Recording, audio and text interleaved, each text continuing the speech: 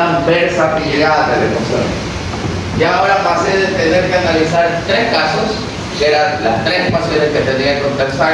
Ahora tengo un número infinito de casos por todas las combinaciones que pueden llegar a darse. Entonces le dio versatilidad a esta propuesta de ecuaciones de capacidad de cálculo. ¿Ok?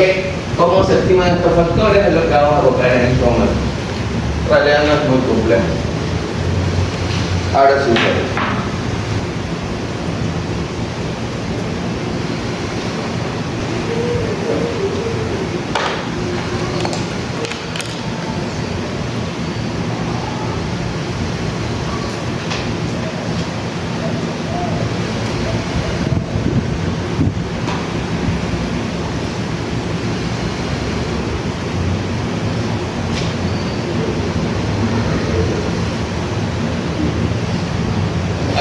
¿Quién es siguiente voluntario? No gigantesco, por favor.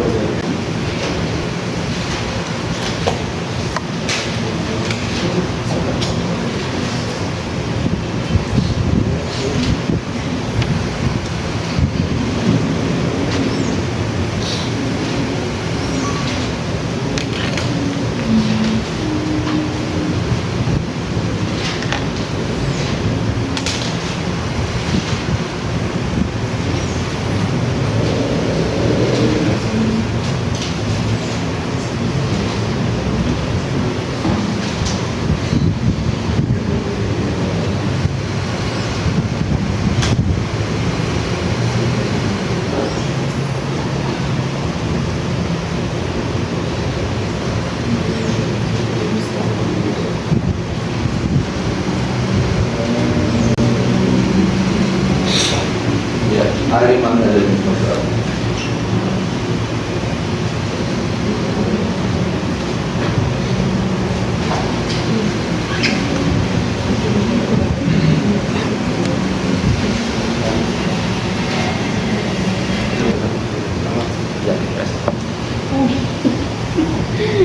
Me iba a preguntar dónde está esto.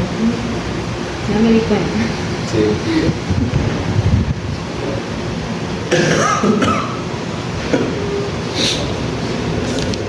Allá en 12.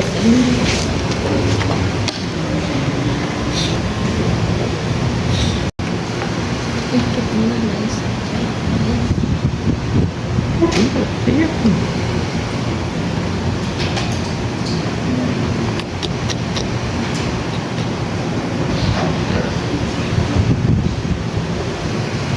Ok, a ver.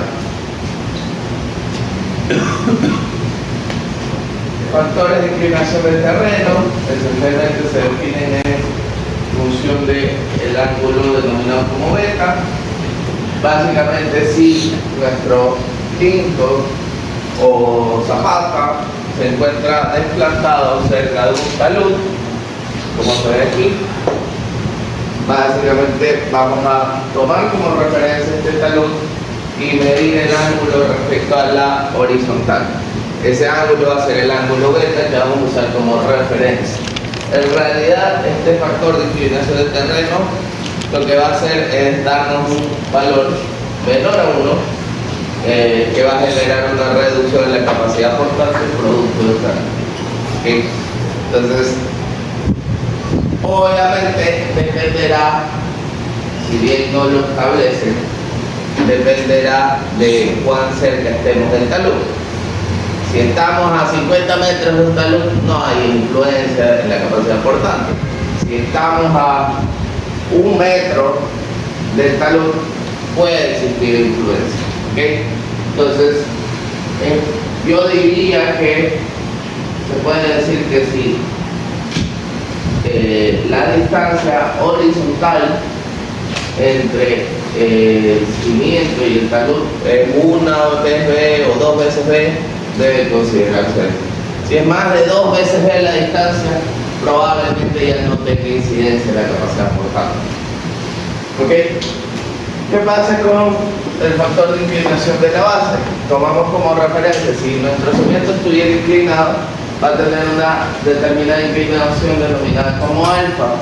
Y de forma similar, podemos calcular esos factores de corrección de la capacidad portante en función de la inclinación del cimiento. Esto es bastante simple, la verdad. El que resulta un poquito más, no complejo, pero tedioso, es el factor de inclinación de la carga. Básicamente, nosotros sabemos, normalmente veníamos analizando,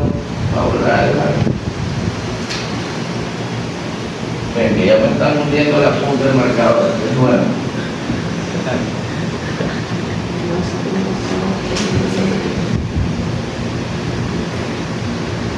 Ok, normalmente consideramos que la carga, en la mayoría de los casos, es perpendicular a la base del cimiento y es concéntrica respecto al cimiento. Pero como ya habíamos dicho, puede darse el caso en que la carga tenga una determinada inclinación. Ok, ¿qué es lo que vamos a hacer aquí? Es muy simple. Supongamos que esta carga tiene una inclinación, un ángulo igual a θ. Vamos a descomponer esta carga. Obviamente vamos a tener, supongamos que si esto es P, vamos a tener que Px es igual a P coseno de θ y Py va a ser igual a P seno de θ, ¿verdad?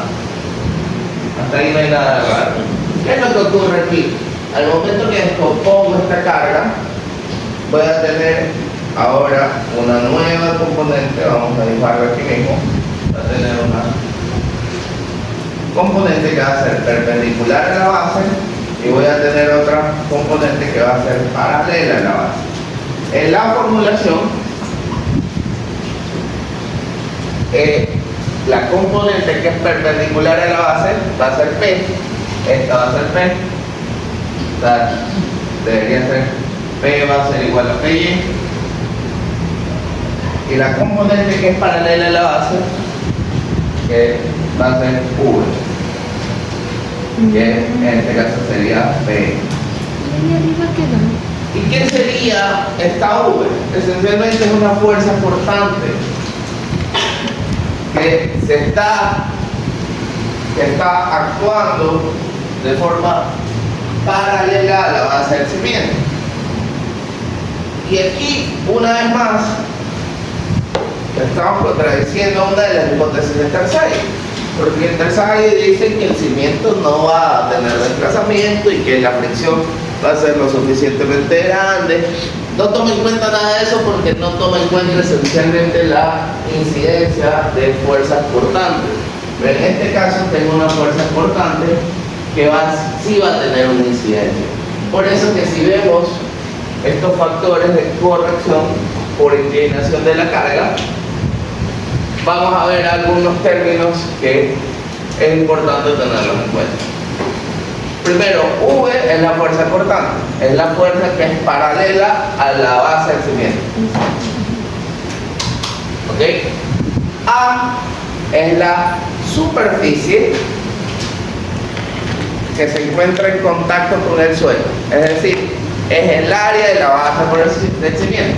No es otra cosa que B por L en el caso de una cimentación rectangular, o B al cuadrado en un cimiento cuadrado, o si es circular es el área del círculo. A es justamente eso. C' es la cohesión efectiva del suelo. NC ya sabemos que es uno de los factores de capacidad de carga. El segundo es una función de P, es una función de A y es una función de tangente del ángulo de fricción. Entonces, si empezamos a analizar aquí, bueno, ¿qué hacen estos términos? ¿Qué hace el C' aquí? ¿Qué hace tangente aquí? Eso es la teoría, este es el criterio de falla de Morcoulomb, que va ligado con la resistencia. Entonces aquí ya entra la hipótesis que de cierta forma va contra lo que dijo Terzaghi, porque ya estoy tomando en cuenta la fricción que se va a generar acá abajo, producto de la reacción ante esta fuerza cortante.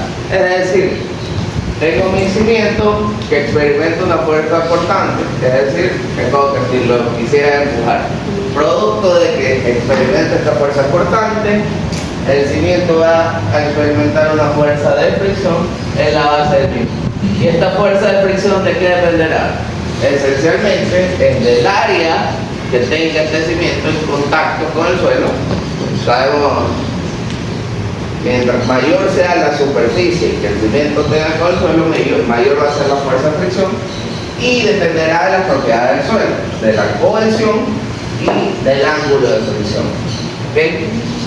Entonces ya se tiene una consideración respecto a la resistencia producto de esa fuerza de corte.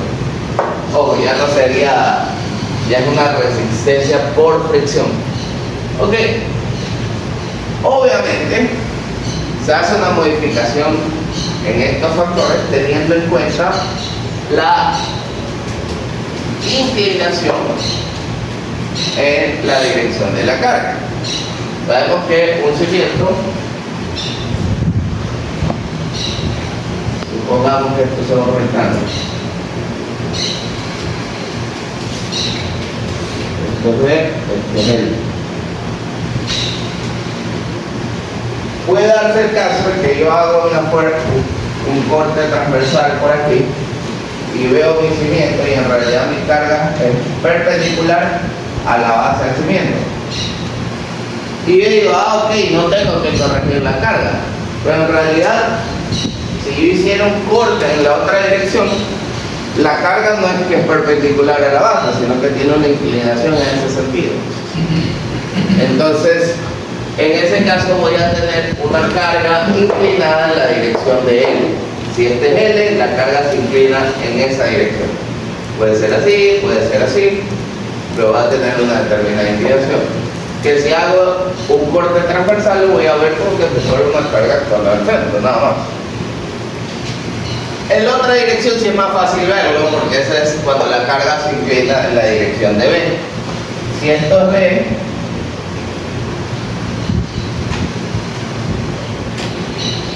esencialmente estamos diciendo que la carga va a estar así, o va a estar hacia el otro lado, etc.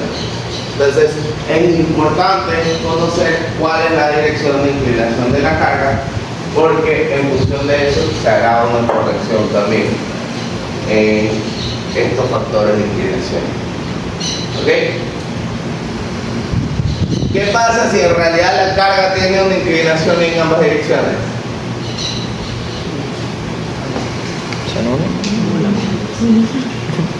¿Considero uno? No considero uno. No, en realidad yo chequeo este factor con la inclinación en cada una de las relaciones y busco aquel que me va a generar unos factores de capacidad de carga respecto a la inclinación más baja, y uso eso. O sea, escogería el más bajo. Sí. Sí, tengo los dos casos. El que me dé unos factores de inclinación más bajos. No tengo el más bajo per se, porque tenemos que ver, como esta es una potencia, entonces yo cambiaría lo que me dé los factores de inclinación más bajos. Aquí, entonces, salvo este pequeño caso en el cual toca entrar un poquito más en análisis, la ventaja es que las mismas ecuaciones de capacidad de carga del tercer modificadas. Ventajosamente, en la práctica, no es común lidiar con cargas inclinadas, no es común lidiar con inclinaciones de la base, inclinaciones del terreno. En la práctica, normalmente lo que vamos a tener que hacer para aplicar la fórmula de capacidad de carga de Bessig es esencialmente calcular los factores de corrección por forma y por profundidad. De eso sí no nos salvamos. Los otros en realidad terminan siendo igual a 1. La mayoría de las veces. Oh, eso es la práctica. Académicamente yo puedo ponerles esta cuestión de cabeza.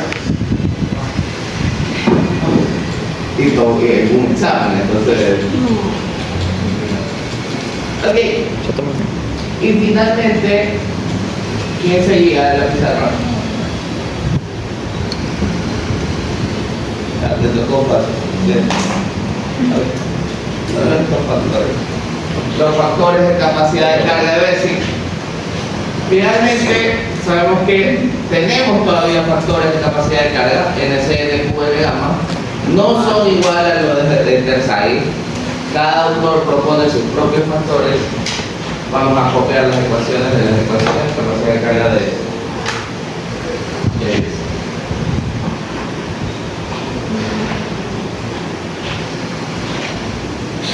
¿Ya copiaron? Una lámpara.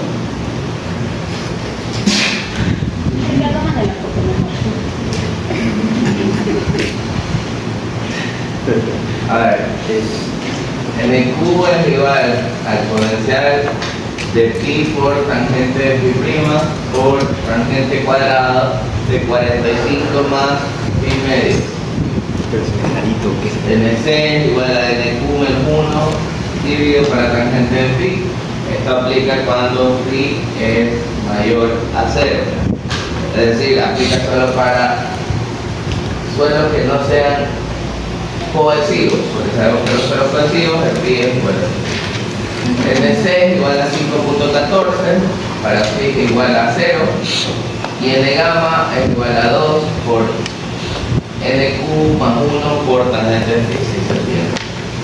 Sí, está allá. Ok, vamos a hacer un ejemplo. ¿Quién pasa? Yo le dije. Es que mi venganza es contigo. Igualdad de género, que pasa una chica. Bueno, allá Oh, yo tengo un video.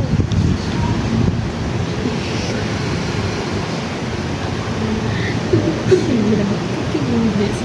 Por si un personaje un personaje. No, sí, ya me. anotemos la fórmula de capacidad de carga de Bessick.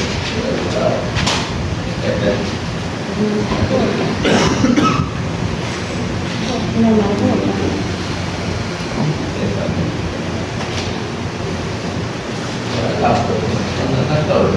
Arriba del cimiento.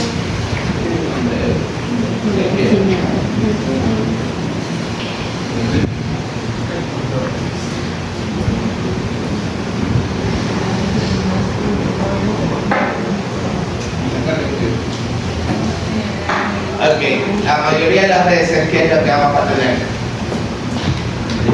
Dolor de cabeza. ¿Cómo llevamos un análisis convencional dentro de la práctica profesional? Esencialmente lo primero que hacemos es idealizar el problema. Idealizarlo matemáticamente, es decir, seleccionar unas propiedades de resistencia que sean representativas para la estratigrafía del ciclo. Entonces, obviamente, si hay heterogeneidad, la consideramos, ya vimos cómo se lo puede considerar dentro de la capacidad, por tanto, se pondera cada uno de los parámetros. En este caso, estamos lidiando con un cimiento que está bastante desplantado en un material bastante uniforme, evidentemente es un suelo granular. Hay una única consideración, que estará plantado 1 metro y el nivel freático se encuentra a 1,50 metros. Entonces tengo que evaluar si existe incidencia o no, porque si se fijan, el valor de gamma prima sigue interviniendo en la capacidad portante. Entonces tengo que igual chequear si sí o no incide el nivel freático en la capacidad. Más allá de eso, veo que es un cimiento implantado en un suelo con propiedades de resistencia, tengo volumétrico uniforme. Nivel freático 1,50 m, el desplante 1 metro y el ancho del cimiento es igual a 3 metros. Póngale Clinton cuadrado.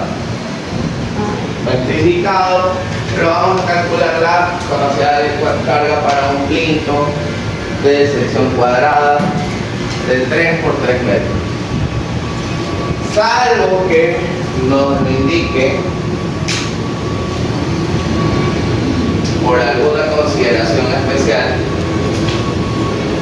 es normal partir de la premisa de que el cimiento va a ser completamente horizontal en su base y la carga va a ser completamente vertical, salvo que nos indique el especialista estructural, o obviamente nosotros como ingenieros viendo los planos vemos que hay algún tipo de mecanismo que puede generar que la carga que se transmite al cimiento tenga una inclinación. Bueno, ahí se preguntará más, bueno, explícame qué es esta cuestión que vas a cimentar. Ah, ok, vas a transmitir una carga inclinada. Y tendremos que averiguar cuál es la magnitud de esa carga para poder descomponerla y considerarla en nuestro análisis. Pero en el día a día, la verdad que ocurre muy pocas veces y bajo casos muy puntuales. ¿Cómo determino si hay o no inclinación del terreno? Básicamente la topografía. En todo proyecto yo no puedo ir con los ojos cerrados, yo solo veo lo mío. Dame las perforaciones, dame las perforaciones. No, pues tengo que pedir topografía para tomar una decisión respecto a profundidad del implante, poder caracterizar geotécnicamente el área adecuadamente, y entre esas cosas me voy a dar cuenta que estoy al pie de un talud bastante pronunciado. Voy a tener unos plintos que van a caer a 1 metro de distancia, va a haber incidencia en la capacidad portante. Entonces, tomo una decisión en función de eso para ver si se considera o no se considera. Hay que tener en cuenta que la vida profesional nadie nos dice nada. Entonces, con suerte tendrán un jefe que nos guiará, pero eso es con suerte. Ok, entonces, en términos generales vamos a analizar este plinto considerando como que si la carga no es inclinada, sabemos, así como ya está dibujado, no existe inclinación en la base del plinto y tampoco hay incidencia de inclinación en el terreno. Entonces, de entrada, yo ya sé que estos 3 factores no los voy a usar en ninguno de los términos. Y pierdo el tiempo calculando. Y ojo, que lo explico así porque créanme la cantidad de exámenes que reviso en que lo único que me han calculado son los factores que no sirven para nada. No llegan a nada porque tiraron 2 horas de examen calculando BC, GC, simplemente. Pero tiene un punto ahí. ¿Qué cosa? Hay un punto. No, no tiene nada porque no sirve. Debería restarle. Sí, termino perdido. Yo decía el chavo, ponerle 0 por 1. Ok. Entonces, esos factores no influyen en nada. Otra cosa importante. En este caso estamos lidiando con un suelo granular, donde C' es igual a 0. Entonces, también ya me ahorro de una vez todo lo que es este término porque esto se va. Entonces, esencialmente, tengo que calcular el esfuerzo vertical efectivo de la profundidad del implante, NQ, SQ y DQ, más 0.5 por gamma prima, por B, por N gamma, por S gamma y por D gamma. Ok, ahora sí, ya entramos en materia. Lo primero, vamos a ir definiendo cada cosa en el mismo orden, de izquierda a derecha. Entonces tenemos sigma prima ZD es igual a 1 por 18.5.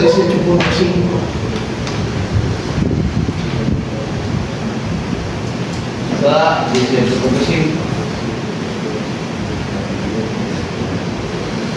kilopascal. NQ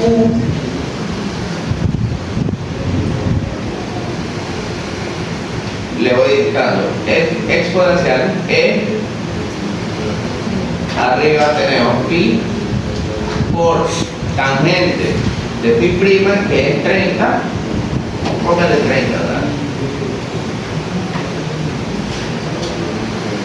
Y todo eso que multiplica a tangente cuadrado, abro paréntesis, de 45 más 30 dividido para 2.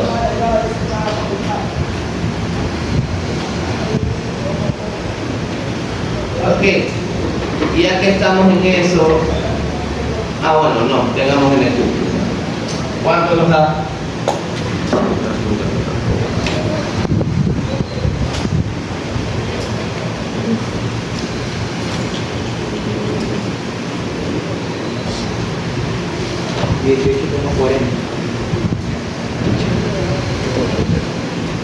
$18.4.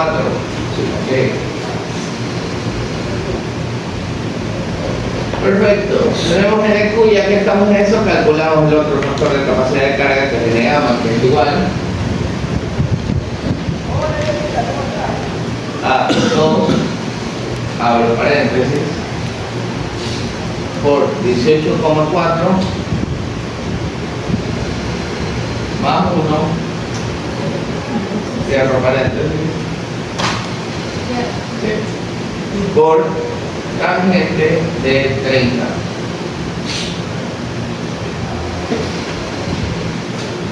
¿Cuánto da? ¿Cuánto? 22,40. 22,4. Ok. Factores de forma. Estamos lidiando con un quinto cuadrado. Entonces, sabemos ese C, no lo calculamos porque no nos sirve para nada. Tenemos ese Q es igual a 1 más, abro paréntesis, es B entre L, entonces va a ser 3 dividido para 3.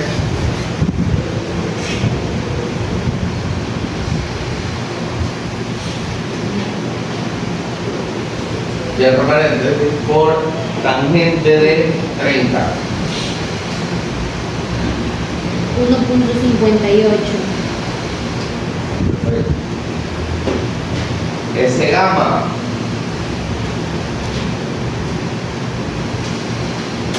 uno menos 0,4, abro paréntesis, 3 dividido para 3. Eso va a ser 0,6. Sí. Ok, tengo ese Q, tengo ese gamma. Vamos ahora con los factores de profundidad. dQ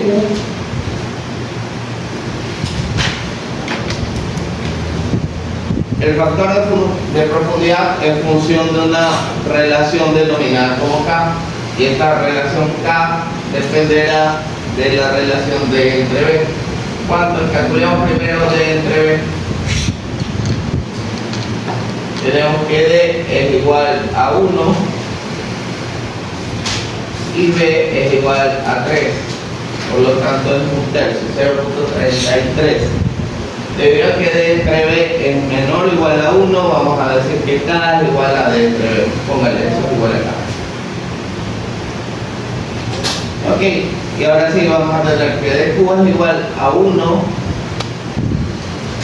más 2 por 0,33 por tangente de 30, abro paréntesis, 1 menos seno de 30, y todo eso elevado al cuadrado.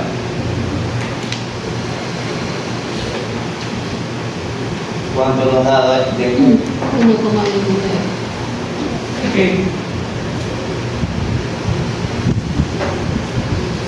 Veamos los factores, tenemos B, nos falta gamma prima. Calculémoslo acá. ¿Cuál? Ah, perdón. Y el de gamma es igual a 1. Esa es una constante. Siempre es igual a 1. Sí. ¿Eh? No. Borremos. Ok, tenía 3 casos en los cuales el peso volumétrico cambiaba en función de la posición del nivel freático. El primero es cuando el nivel freático está sobre el desplante, el segundo es cuando el nivel freático está por debajo de la suma de D más B. En este caso D más B es 4 metros y el nivel freático está en 50, por lo tanto tampoco aplica el tercero. Nos vamos con el segundo caso. Vamos a tener que gamma prima es igual a gamma, que es 18.5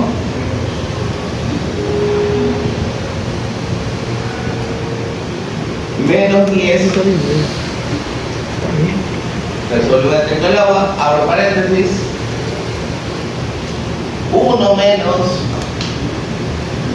abro paréntesis, y vamos a tener en la parte de arriba dW, que es igual a 1,50, no, 1,50 menos 1, y todo eso dividido para 3. Cierro paréntesis. ¿Cuánto me da? 10,16. 10 okay.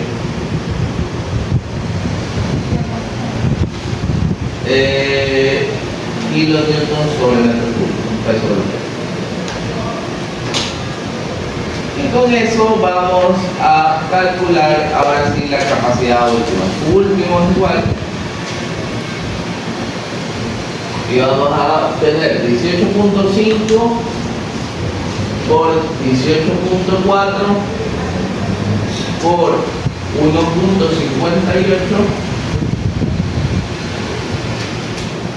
por 1.29 más 0.5 por 10.16 por 3 No, 22. por 22.4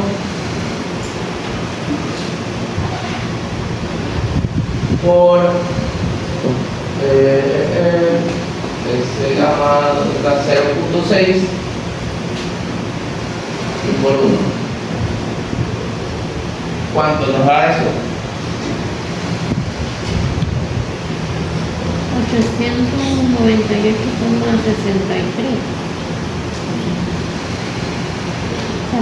Ponle entre paréntesis pues todo lo que está para acá.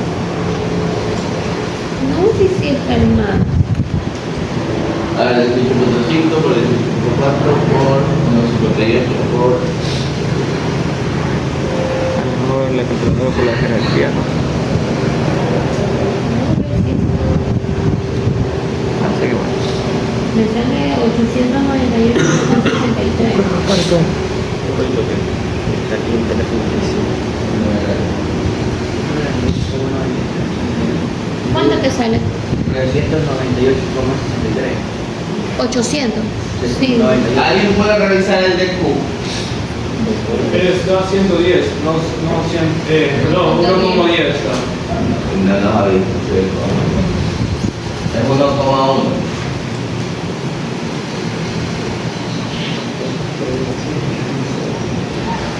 Ok, lo cambiamos acá. Ahí.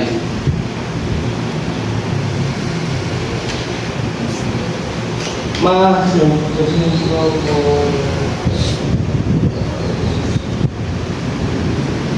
Ok.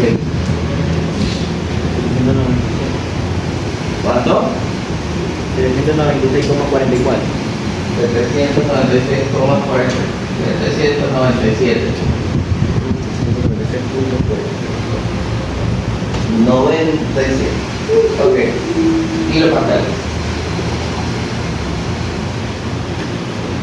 Esta es la capacidad portante acorde a la formulación de Basic. Para tener una referencia, hagámoslo por la ecuación del Tersaghi y veamos qué nos da.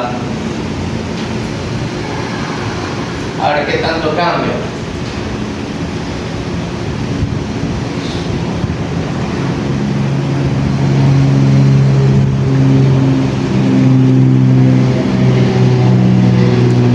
Para cimentaciones cuadradas, la ecuación del tercer es muy simple. Aparte que el primer término se hace cero, porque si el prima es igual a cero, vamos a tener con el último T, no sé, para que esté cerca.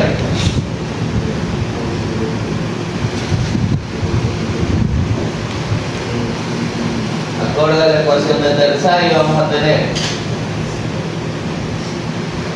sigma prima ZD, que es 18.5, que multiplica a NQ, pero obviamente es NQ acorde a la ecuación del Terzai. Para un phi de 30 grados, NQ es igual a 22.5. 22.5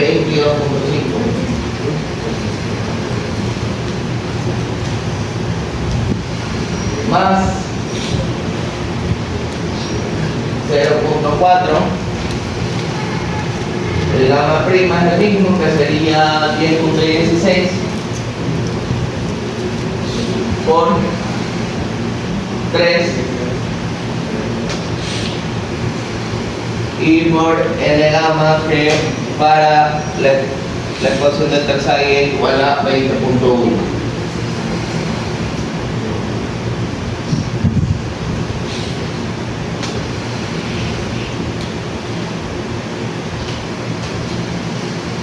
¿Cuánto da?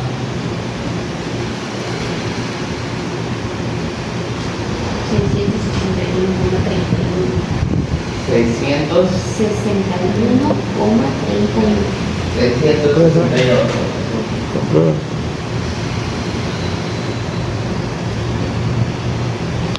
Entonces, como pueden ver, hay una diferencia importante. Obviamente esta diferencia, ¿verdad? 671.9. Da 10 kilopascales más. No sé. 61 o 70. 71, 7. 661 está bien. Tú estás mal. Bueno. Es más, mira que es más. 16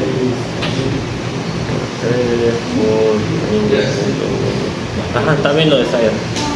A ver, entonces, si se fijan, sea 61 o 71 años, Hay una diferencia. si se fijan, hay una diferencia importante entre ambos valores. Obviamente, la ecuación del Terzai es considerablemente más rápida de aplicar, tiene un sinnúmero de limitantes, entre esas está la profundidad del desgaste, está la forma del cimiento, que no toma en cuenta cada uno de los valores que hemos mencionado. Hay que tener en cuenta también que la diferencia de años entre la ecuación propuesta por Terzai y ecuaciones como las propuestas por Bessel. Básicamente, el momento que Terzai propuso su ecuación y propuso sus factores de capacidad de carga también, esencialmente tenía a disposición un set de determinado número de análisis de laboratorio en función de los cuales calibró estos factores. Cuando viene Bessel 50 años después, pues ya tenía mucha más información, lo que le permite lograr una mejor calibración de los factores de capacidad de carga. Entonces, en realidad, esta sería la capacidad portante que consideraría más confiable. Ojo, hay gente en la práctica profesional, mucha gente dice, bueno, tal cual le creo, y es válido y es un enfoque muy válido. Entonces, aquí tenemos únicamente dos formulaciones, pero podemos tener 5 fácilmente que se consideran bastante confiables.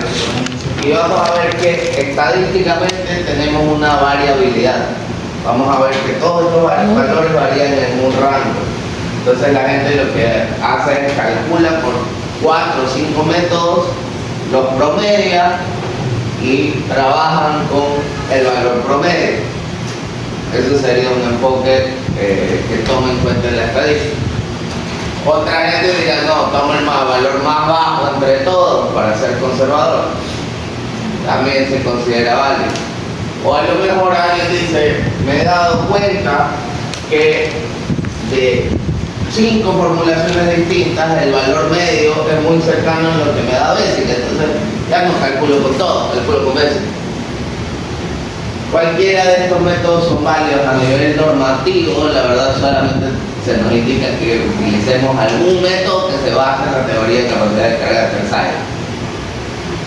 Ojo, hay que tener en cuenta esta variabilidad y cuidado también no es meter tabú y buscar fórmula de capacidad de carga. Lo primero que nos salga lo aplicamos. ¿Ok? Ese es un primer punto. Segundo punto,